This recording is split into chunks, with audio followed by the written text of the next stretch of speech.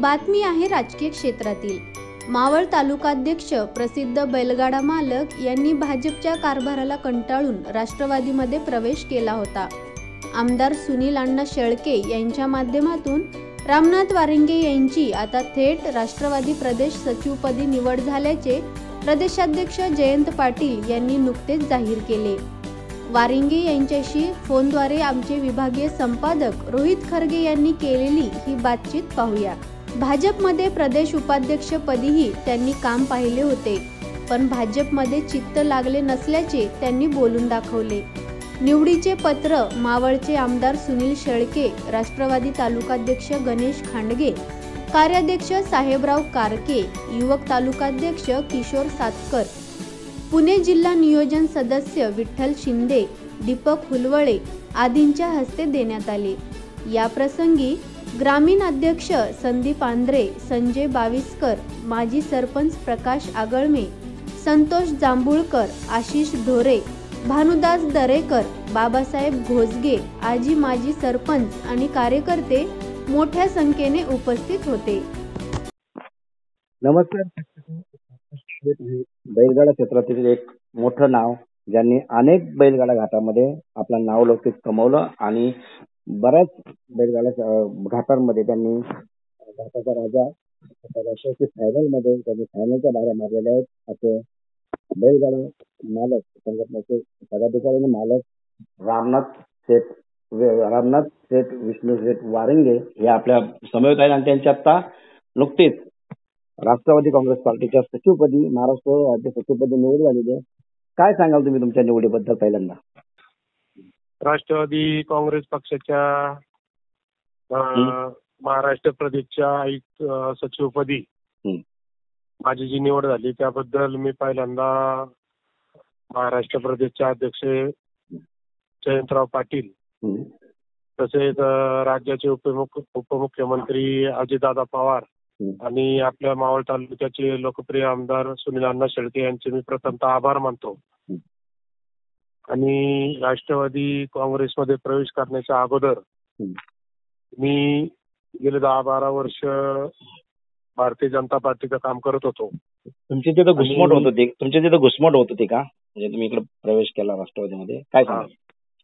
तर मी प्रवेश केल्यानंतर ज्यावेळी मी प्रवेश केला त्यावेळी भारतीय जनता पक्षाची परिस्थिती वेगळी होती। ती एक शिस्तबद्ध पक्ष, ज्येष्ठांचा आदर, ज्येष्ठ जो निर्णय देतील तो आदेश पाळण्याची कार्यकर्त्यांची तयारी आणि पक्षाचं मतदान कमी असताना सुद्धा गेले 5 वेळा विधानसभेवर राष्ट्रवादी काँग्रेस वगैरे यांच्या गटातटाच्या राजकारणातून त्यांनी जी सत्ता मिळाली होती त्या सत्तेला आणि त्यांच्या त्या शिस्तीच्या कारभाराला भारावून मी भारतीय जनता पक्षामध्ये प्रवेश केला होता।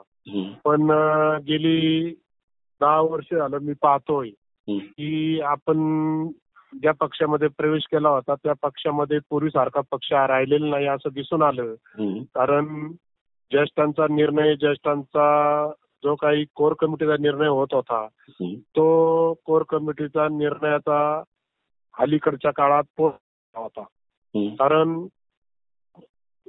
तालुक्यातले जे काही इतर पक्षाचे ज्येष्ठ नेते आहेत, उदाहरणार्थ कृष्णा बेगडे असतील, मदन बापना असतील, त्याप्रमाणे भारतीय जनता पक्षाचे पण ज्येष्ठ नेते केशवराव वाडेकर साहेब असतील की ज्यांना निर्णय प्रक्रियेचे एक प्रतीक म्हणून मानलं जायचं की त्यांनी अचूक उमेदवाराला उमेदवारी देणं असेल कोणत्याही निवडणुकीमध्ये किंवा सर्वसामान्य कार्यकर्त्याला ताकद देऊन त्याला पद देणं असेल, ही जी काही त्यांची निर्णय करण्याची प्रक्रिया होती, त्यांचं आकस्मिक निधन झाल्यानंतर ती प्रक्रिया जणू थांबल्यासारखं झालं आणि त्यामुळं पक्षातील जे काही ज्येष्ठ नेते असतील, पदाधिकारी असतील, यांना निर्णय प्रक्रिया थांबल्यामुळं वाडेकर साहेब गेल्यानंतर आणि त्यामुळं त्यांना काही कामच उरलं नाही, फक्त दर महिन्याच्या मिटिंगला वडगावला जाणं आणि मिटिंगला हजेरी लावणं एवढंच पदाधिकाऱ्यांना ज्येष्ठ नेत्यांना काम राहिलं आणि त्यामुळं एकंदर हा सर्व चाललेला पोरखेळ पाहिला। त्यामुळं मी राष्ट्रवादी पक्षामध्ये 22 ऑक्टोबरला अजितदादांच्या उपस्थितीत सुनील अण्णा शेळकेंच्या वाढदिवसानिमित्त आम्ही हजारो कार्यकर्त्यांनी तिथे प्रवेश केला। अजूनही आतापर्यंत प्रवेशाची रांगच लागलेली आहे। आता 4-5 दिवसापूर्वी पण पवन मावळातल्या अनेक कार्यकर्त्यांनी प्रवेश केला। आजच देवरोडच्या माता महिला भगिनींनी पण मोठ्या प्रमाणात प्रवेश केला. तर एकंदर भारतीय जनता पक्षामध्ये आता सर्वसामान्य कार्यकर्त्याला न्याय दिला जात नाही किंवा त्याला महत्वाची पदं दिली जात नाही असं दिसून आलेलं आहे. त्यामुळे मी राष्ट्रवादी काँग्रेसमध्ये प्रवेश केला होता एक 7-8 महिन्यापूर्वी. आता नुकताच बैलगाडा सुरू झालेल्या आहेत आणि मावळमध्ये खूप हा मर्दानी खेळ तुमच्या माध्यमातून आता तुम्ही कशा प्रकारे पक्षामध्ये तुमची ताकद वाढवून कशा प्रकारे काम करणार काय सांगाल? शेतकऱ्यांचा आवडीचा खेळ आहे. गेल्या 16 डिसेंबर रोजी सुप्रीम कोर्टाचा निकाल लागला आणि त्या निकालात शेतकऱ्यांच्या गाड्यावाल्यांच्या बाजूनी आताचे जे सरकार आहे त्या सरकारच्या मदतीने तिथे एक चांगले वकील देऊन तो निर्णय शेतकऱ्याच्या बाजूने लागला आणि गाड्या शर्यती चालू झाल्या.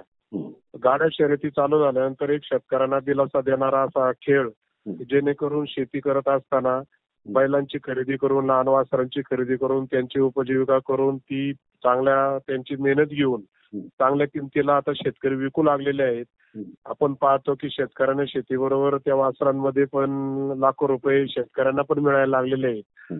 आणि असं करत असताना मी सुद्धा चांगल्या जातीची चांगल्या प्रकारची बैल सांभाळत असताना गेले 5-7 वर्ष की ज्यावेळी बंदी होती त्या काळात पण मी बैल सांभाळून एक चांगल्या प्रकारची बैल तयारी करून आता बंदी उठल्यानंतर शर्यतीमध्ये भाग घेऊन कायम 1 नंबरमध्ये बैल पळवत आहेत. आणि त्यामुळं पुणे जिल्ह्यामध्ये माझ्या बैलांची एक नाव झालेलं आहे आणि त्या बैलांबरोबर मालकाचं पण नाव होत असतं. तर अशी मला अनेक घाटामध्ये घाटाचा राजा असेल, फायनल क्रमांकाचा 1 नंबरचा क्रमांक असेल, अशा अनेक घाटामध्ये क्रमांक बैलांनी मिळवलेला आहे.